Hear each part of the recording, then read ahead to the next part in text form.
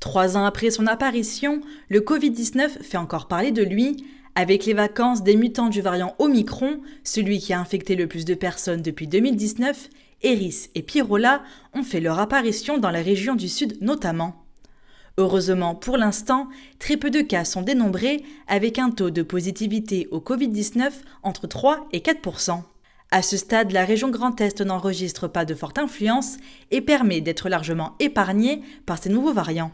Aucune campagne de vaccination importante comme en 2020 et 2021 n'est prévue, mais les variants restent sous surveillance. Cependant, pour éviter toute propagation, il faut tout de même rappeler les bons gestes comme l'indique ce médecin de l'Agence régionale de santé. Aujourd'hui, pour parler chiffres, on n'a pas plus d'hospitalisation en Covid, on n'a pas plus d'appels en SOS médecins, on n'a pas plus de passages aux urgences.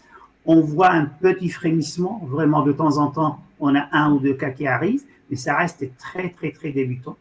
Là, ce qui nous inquiète aujourd'hui dans notre région, c'est qu'il y a un retour des congés, il y a des rassemblements davantage, il y a un retour scolaire, des collèges, des lycées, un retour dans des milieux confinés, et que la prudence reste de mise. Depuis une quinzaine de jours, 10 à 15 jours, on a identifié un deuxième variant dans la région Grand Est et dans l'Aube, le variant Pyrola.